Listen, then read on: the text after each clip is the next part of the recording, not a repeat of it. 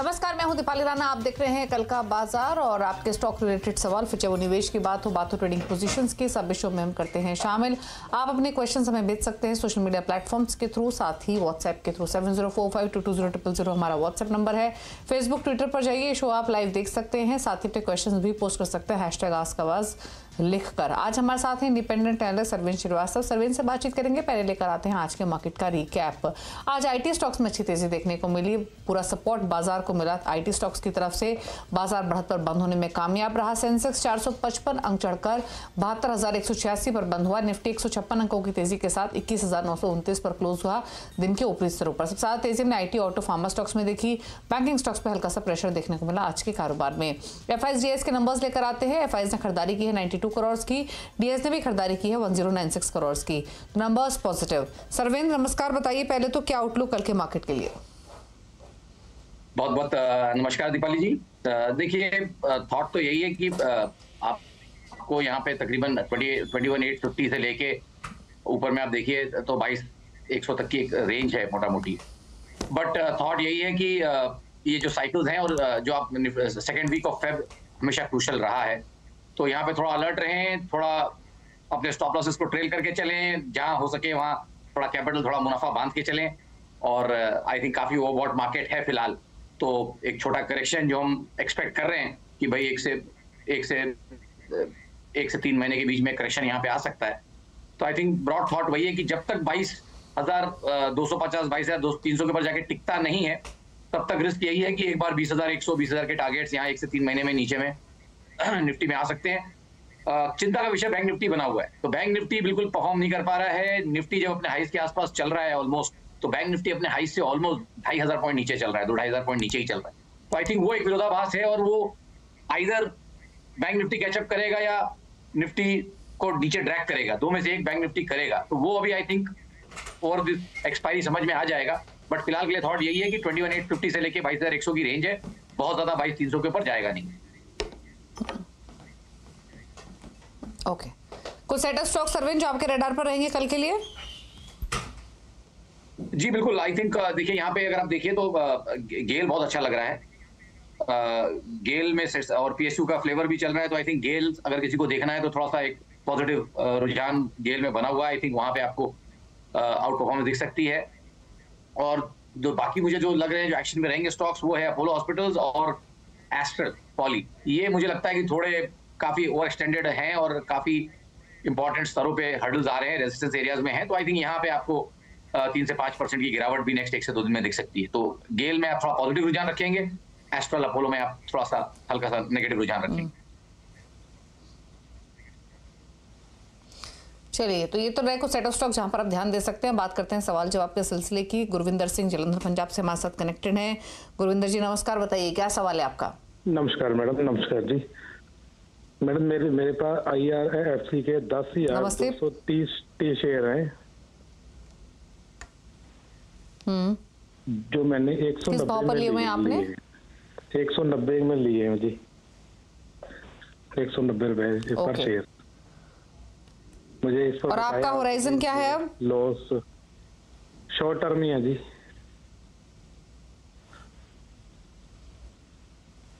Okay, short term आपका view है और आपने काफी ऊपर खरीदा। IRFC तो काफी चल चुका है, काफी चलने के बाद आपने लिया, इसीलिए आपको नुकसान हो रहा है। क्या सजेशन IRFC पर? 190 की खरीदारी है, व्यू शॉर्ट टर्म है? नहीं, पहले तो इनसे गुजारिश है कि फिर शोज रेगुलरली देखें और फॉलो करें। IRFC का रेगुलर चर्चा हो रही है, ये काफी फेवरेट स्टॉक है इस रैली का। इनफैक्ट सारे रेलवे स्टॉक्स थॉट हमने यही दिया कि बहुत ओवरबॉट है, और जब भी इसमें बात यही आई तो निकल के हमने यही बोला कि भाई मुनाफा बांधे, थोड़ा कैपिटल निकालें, ड्राई पाउडर रखें। जिन्होंने नीचे के स्तर से लिया है उनको तो तकलीफ नहीं है, अब इन्होंने बहुत ज्यादा ऊपर ले लिया है आई थिंक, और इनके पास टाइम फ्रेम भी नहीं है। अगर ये मुझे अभी बोलते कि 9-12 महीने मैं खड़ा रहूंगा, तो एक बार मैं सोचता। जो अगर इन्होंने शॉर्ट टर्म बोल दिया है मेरे हिसाब से, तो उछालों में निकल जाए। आई थिंक इनका ट्रेड टाइमिंग गलत है, स्टॉक में भी सही है बट टाइमिंग गलत है। ओके, बात करेंगे डीएस ग्रोवर से, नई दिल्ली से हमारे साथ कनेक्टेड हैं। ग्रोवर साहब नमस्कार, बताइए क्या सवाल है आपका? मैम, मेरे पास HDFC के 100 शेयर्स हैं, 1665। मैंने 1685 लिख दिया था गलती से, और ये मैंने जनवरी में, दिसंबर और जनवरी में ली। हाँ जी। नहीं तो आपका टाइम होराइजन क्या है स्टॉक में? मेरा टाइम होराइजन ऐसा कुछ नहीं है, 10 जितनी देर मैं लाइफ लॉन्ग भी रख सकता हूँ। आई एम 67 ईयर ओल्ड, कोई मुद्दा नहीं है मेरे लिए। लेकिन ये मैंने गलत सौदा हो गया। उस दिन मैं इन्फोसिस पे हाथ लगा रहा था, लग गया इस पे लेते लेते। उस दिन रिजल्ट आने थे इन्फोसिस के, तो ये गलत ले लिया मैंने। तो अब इस टाइम इसको क्या करूँ मैं? लॉस बुक कर लूँ या रख सकता हूँ? मेरे पास LNT 87 88 के भी पड़े हुए हैं, आप मतलब इन्वेस्टमेंट कर समझे। ओके तो HDFC बैंक पर बेसिकली रिविजिट करना चाहते हैं अपनी स्ट्रैटेजी को, जो इनका प्लान्ड ट्रेड नहीं है और अब इनको नुकसान हो रहा है। इसमें क्या करें HDFC बैंक को लेकर? देखिए, थॉट वही है कि स्टॉक इनका भी अच्छा है, टाइमिंग की खराब है। राय यही रहेगी, अगर होराइजन 12 महीने प्लस का है तो पॉसिबली अब नया कुछ ना करें, अब जो है उसमें बने रहें और कोशिश करें कि उछाल आता है और कॉस्ट के आसपास आता है तो उस समय दोबारा राय ले। अगर सेटअप्स अच्छे नहीं बने होंगे तो मेरी राय तो यही रहेगी कि इसको उछालों में बेचें। बैंक निफ्टी में वीकनेस है और ये बैंक निफ्टी का काफी इंपॉर्टेंट कंपोनेंट है, तो सेल ऑन राइज की यहाँ पे राय रहेगी। ओके, तो सेल ऑन राइज की स्ट्रैटेजी रहेगी HDFC बैंक पर। राजेश नारायण है हमारे साथ, रांची झारखंड से। राजेश जी नमस्कार, बताइए क्या सवाल है आपका? नमस्कार। एक क्राफ्टमैन ऑटोमेशन का मेरे पास 2000 समथिंग का लिया हुआ 11 शेयर है। और शुरू में अलॉटमेंट हुआ था, उसके बाद फिर कुछ 11 शेयर हैं? 11 है। ओके, तो उसको क्या किया जाए? अभी तो डाउन जा रहा है लगातार। पूछ लेते हैं। क्राफ्टमैन ऑटोमेशन 2043 की बाइंग है, लेकिन है फायदे में, क्या करें अभी ये?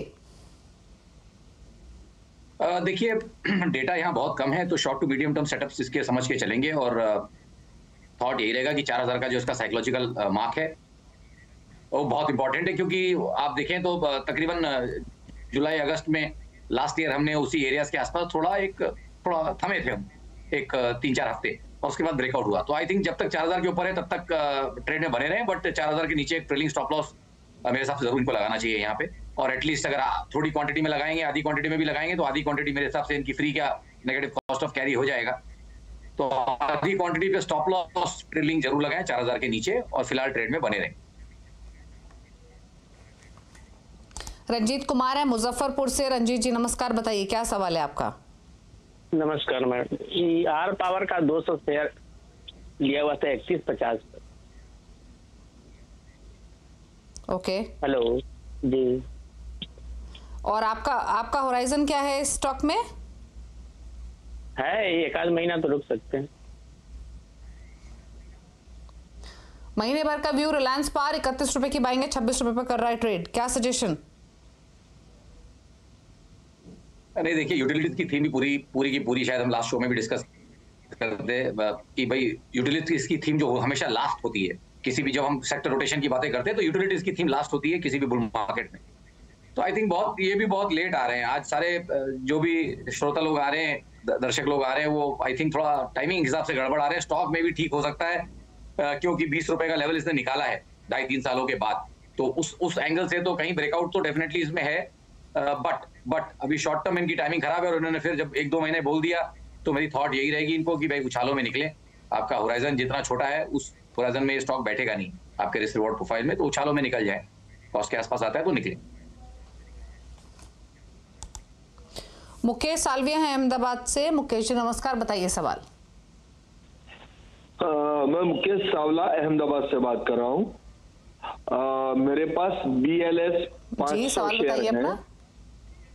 मेरे पास BLS 500 शेयर है 414 रुपए लगभग में। फिर इंजीनियर्स इंडिया 300 शेयर है 244 के रेट पे। FS 2000 है 43 रुपया 55 पैसे के रेट पे 43.55। और मैं मुकेश जी मैं आपके किन्हीं 2 स्टॉक्स पर राय ले लेती हूँ। मैं माफी चाहूंगी, मैं 2 स्टॉक्स पर राय ले लेती हूँ आज, ताकि हम बाकी कॉलर से बात कर सके।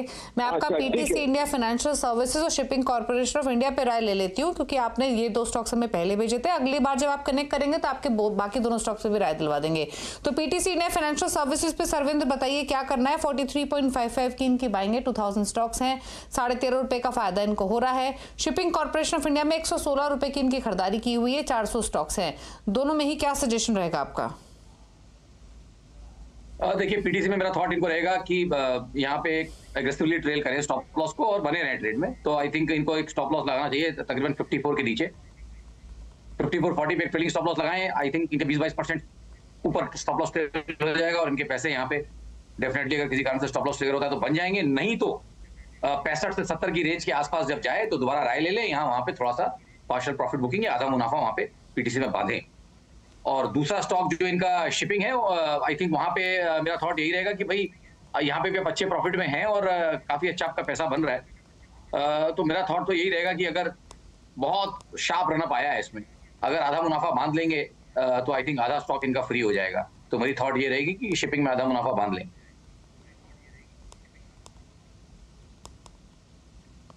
ओके, बात करते हैं अब जेपी राज से, हमारे साथ कनेक्टेड हैं मुंबई से। राज साहब नमस्कार, बताइए कौन सा स्टॉक है आपके पास? नमस्कार मैडम, मैं है वो Nirja international 2000 at the rate of 63.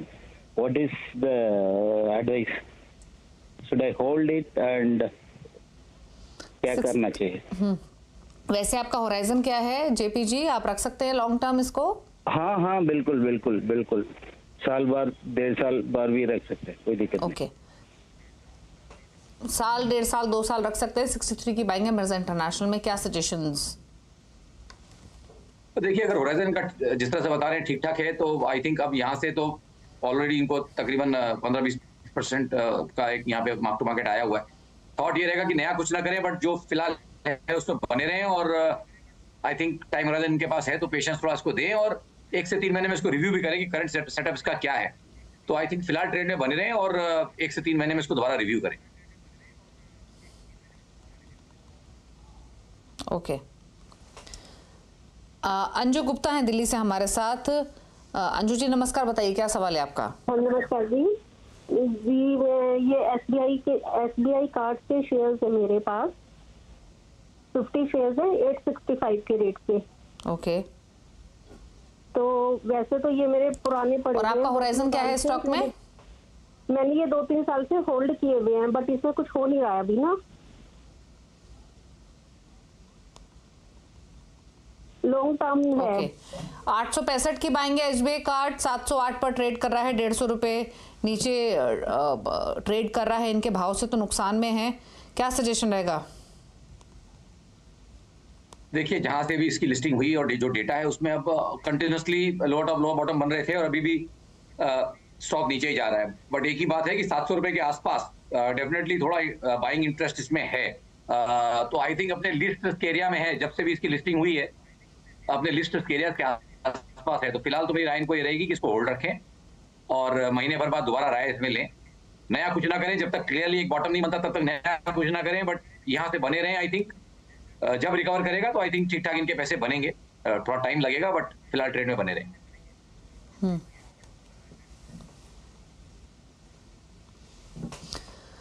Dhananjay Kumar Pandey हैं लखनऊ से। धनंजय जी नमस्कार, बताइए क्या सवाल है?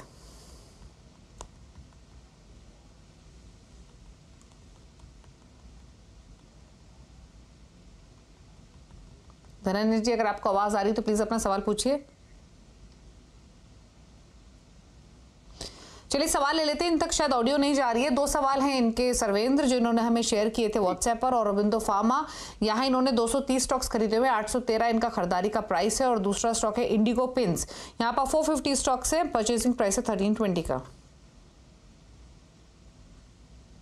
देखिए, सबसे पहले औरों में बात कर लेते हैं। आई थिंक औरों में क्लियरली मुझे लगता है कि ये जो अभी करंट डिक्लाइन आया है ये शॉर्ट टर्म ये थोड़ा गहराएगा। तो मेरा तो थॉट यहाँ रहेगा कि यहाँ मेरे हिसाब से थोड़ा मुनाफा इनको बांधना चाहिए। मैं इनका एग्जैक्ट बाइंग प्राइस नहीं सुन पाया, बट इनको थोड़ा मुनाफा है ऐसा मुझे लग रहा है। तो इनको यहाँ पे मेरे ख्याल से मुनाफा बांधना चाहिए। और बिंदु में काफी चला हुआ स्टॉक है और मुझे अब लग रहा है कि कहीं तो ये अंडर परफॉर्म करेगा। और जहां तक रही इनका दूसरा स्टॉक इंडिगो पेंट्स, वहां मुझे लगता है कि ओवरऑल पूरे स्पेस में मुझे तकलीफ बनती हुई दिख रही है, थोड़ा टाइम लगेगा उसमें। और ये जो रैशनल आ रहा है ये क्रूड ऑयल से आ रहा है, मुझे लगता है क्रूड ऑयल वापस 90-95 जाएगा, अभी 70-72 चलता है। तो इन सबको थोड़ा थोड़ा प्रेशर्स यहाँ रहेंगे, और वैसे भी इसका ओवरऑल सेटअप थोड़ा सा नर्म है, तो मेरा थॉट यहाँ पे यही रहेगा कि उछालों में यहाँ पे मेरी राय रहेगी कि इंडिगो पेंट से निकले।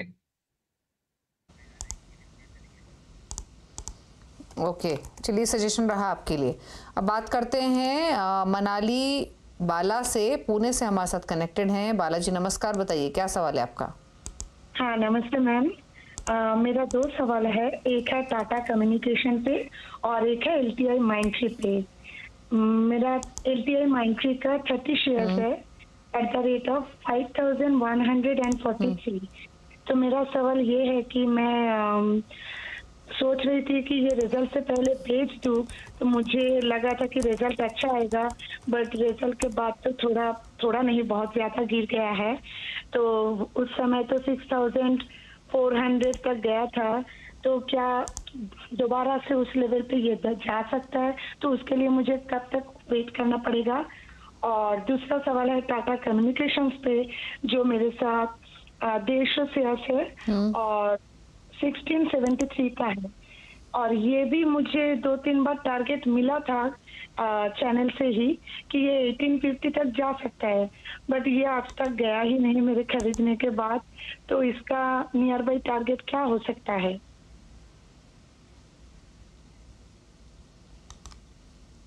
ओके, क्या सजेशन रहेगा दोनों होल्डिंग्स पर? सरवेन, टाटा कम्युनिकेशन 1673-1705 के आसपास कारोबार कर रहा है, इनका क्या करेंगे?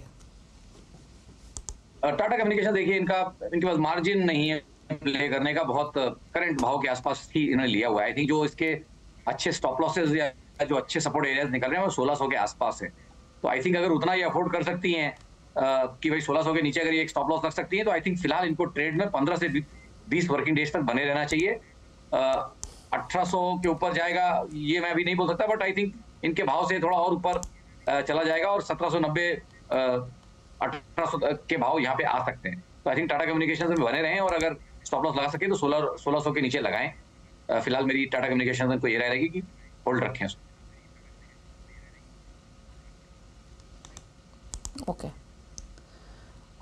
ओके, और LTI माइंडट्री पर क्या राय रहेगी आपकी? देखिए, यहाँ पे थॉट ये रहेगा कि आप जो है फिलहाल पोजीशन को होल्ड रखें, और बहुत स्ट्रॉन्ग कोई क्लियर कट अभी सेटअप्स मुझे नहीं दिख रहे हैं, बट होल्ड रखें और एक 10-15 दिन में इसको वापस रिव्यू करें, तो शायद थोड़े सेटअप्स क्लियर हो जाएंगे तब तक। बात करते हैं अगले कॉलर से। सुनील कुमार है हमारे साथ दिल्ली से। सुनील जी नमस्कार, बताइए क्या सवाल है आपका। नमस्कार जी, मेरे पास कोचिंग शिपयार्ड के मैंने लिए थे 100 शेयर 180 रुपए में बिफोर स्प्लिट, और 330 शेयर हैं हरकुलिस फोर्स के 135 रुपए में लिए थे लॉन्ग टर्म के इन्वेस्टमेंट के। ओके, दोनों पर view long term. Hercules hoist है 135, कोचिन शिपयार्ड 181, शानदार प्रॉफिट्स में है ये दोनों ही होल्डिंग्स में, क्या करें? नहीं, बिल्कुल, और बहुत बढ़िया, इनको मुबारकबाद कि इतने बढ़िया 2 ट्रेड पकड़ के ये बैठे हैं। देखिए, पहले कोचिन शिपयार्ड का देख लेते हैं, क्योंकि स्क्रीन पे वही है। यहाँ पे मुझे लगता है कोचिन शिपयार्ड में कि भाई ट्रेड में फिलहाल एक एग्रेसिव ट्रेल से बने रहेंगे, क्योंकि जो स्टॉक जिस तरह से भागा है, तो आई थिंक आपको मार्केट को थोड़ा सा क्लोजली ट्रैक करना पड़ेगा, उसके पास रहें ताकि आपके प्रॉफिट्स थोड़े प्रोटेक्टेड रहें। तो मुझे लगता है 820-825 की जो जोन है वो अच्छा सपोर्ट रहा है पीछे, तो 820 के नीचे एक ट्रेलिंग स्टॉप लॉस रखें कोचिन शिपयार्ड में, और यहाँ बने रहने की राय है वापस 15 से 20 दिन बस। आई थिंक उसके बाद तो सबको नेक्स्ट 1 महीने में तो सबको एक बार दोबारा रिविजिट करना चाहिए अपना पोर्टफोलियो, तो बने रहे ट्रेड में। और दूसरे वाले में भी थॉट वही है कि एक 15 से 20 दिन बने रहें, हरकुलिस हॉइस्ट में भी 15 से 20 दिन बने रहें, और यहाँ पे मुझे लगता है कि इनको एक स्टॉप लॉस जो ट्रेल करके रखना चाहिए वो तकरीबन इनको रखना चाहिए 418 के नीचे, तो 417 रुपए 40 पैसे का स्टॉप लॉस रख ले, और यहाँ पे भी ट्रेड में बने रहे। आई थिंक थोड़ा जूस और बाकी है दोनों स्टॉक्स में, नेक्स्ट 15 से 20 दिन में इनको मिल जाएगा। ओके, चलिए, तो ये रहा सजेशन आपके लिए दोनों ही होल्डिंग्स पर। रुक रहे हैं ब्रेक के लिए, ब्रेकर्स पर सोशल मीडिया से क्वेश्चंस को पिक, जल्द वापस आते हैं। आप देख रहे हैं कल का बाजार, हमारे साथ सरवीन श्रीवास्तव मौजूद हैं आप सभी क्वेरीज को आंसर करने के लिए। फटाफट से लेते हैं कुछ सवाल और कुछ क्वेश्चंस ले लेते हैं हम सोशल मीडिया से। पहले चलते हैं ट्विटर की तरफ और एक सवाल हमें भेजे हैं विकास कुमार। 2 स्टॉक्स इनके पास, आईबी हाउसिंग फाइनेंस यहाँ पर 450 की बाइंग है, दूसरा स्टॉक है रेन इंडस्ट्रीज, यहाँ इनकी बाइंग है 250 की और दोनों में ही 6 मंथ्स का व्यू है। ठीक, देखिए पहला सेटअप हम डिस्कस करते हैं यहाँ पे रेन का। आई थिंक यहाँ पे एक कैचअप का सिनेरियो चल रहा है जहाँ स्टॉक ने अंडर परफॉर्म किया और अब कहीं एक अच्छा अप मूव करने की कोशिश कर रहा है, बट अब यहाँ से इसको ऊपर में हर्डल्स थोड़े मिलेंगे। तकरीबन 200-210 के आसपास अच्छे स्ट्रॉन्ग रेजिस्टेंस एरियाज हैं, उनके बहुत ज़्यादा ऊपर जाएगा ऐसा फिलहाल अभी लग नहीं रहा है। बट फिलहाल आई थिंक इनको मेरी राय यही रहेगी कि ट्रेड में बने रहें 15 से 20 दिन और एक बार देख लें कि उन एरियाज में क्या हो रहा है। और जब तक ट्रेड में बने हैं आई थिंक यहाँ पे इनको एक स्टॉप लॉस जरूर कैरी करना चाहिए 178.40 का, और 15 से 20 दिन इसको और दे दें और वहाँ पे एक बार चाहे तो दोबारा व्यू भी ले लें। जहाँ तक रही आईबी हाउसिंग की बात, आई थिंक यहाँ ये बहुत ज़्यादा कंसेंसस स्टॉक था किसी ज़माने का और अब तक बहुत ही ज़्यादा पिटा हुआ है और रिकवरी की एकदम चांसेस यहाँ ज़्यादा दिख नहीं रहे। तो कोई बहुत स्ट्रॉन्ग पैटर्न नहीं बन रहे हैं। जो मैं इनको बता सकता हूँ यही बता सकता हूँ जो पॉसिबली इनको भी ज्ञात होगा कि भाई लास्ट 2.5 साल की अगर आप रेंज ले लीजिए तो ऊपर में 255 और नीचे में तकरीबन 100 रुपए। आई थिंक 100 से 250 की रेंज में फंसा रहा है और ये चौथा साल तकरीबन चल रहा है। तो I think risk reward range के एकदम बीचों बीच है। अगर सेटअप ठीक ठाक चले यहाँ पे तो मे बी 10-20 रुपए का और गेन हो सकता है, बट बहुत ज्यादा कोई स्ट्रॉन्ग स्टांस या व्यू मेरा यहाँ पे नहीं है।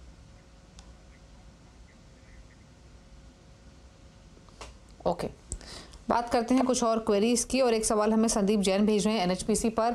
400 स्टॉक से एनएचपीसी का 105 इनका परचेजिंग प्राइस है। देखिए बहुत आई थिंक ट्रेंड में बहुत लेट आए हैं। मेरा तो राय रहेगी कोई इनको ज्यादा यहाँ पे नुकसान नहीं है, यहाँ पे उछालों में निकले बिकॉज टाइमिंग गलत हो गया है। अगर इनके पास टाइम 9-12 महीने प्लस का है और एक 20% के करीब M2M झेल सकते हैं तो ठीक है, नहीं तो निकल जाए।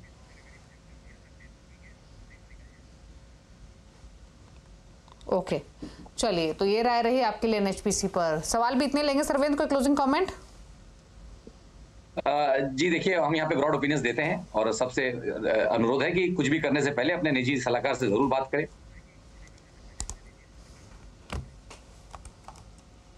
Okay, thank you Sarvendra show में आने के लिए, सभी क्वेरीज को आंसर करने के लिए। इसी के साथ एक ब्रेक का वक्त हो गया है। ब्रेक के उस पार भी खबरें जारी CNBC आवाज पर। नमस्कार।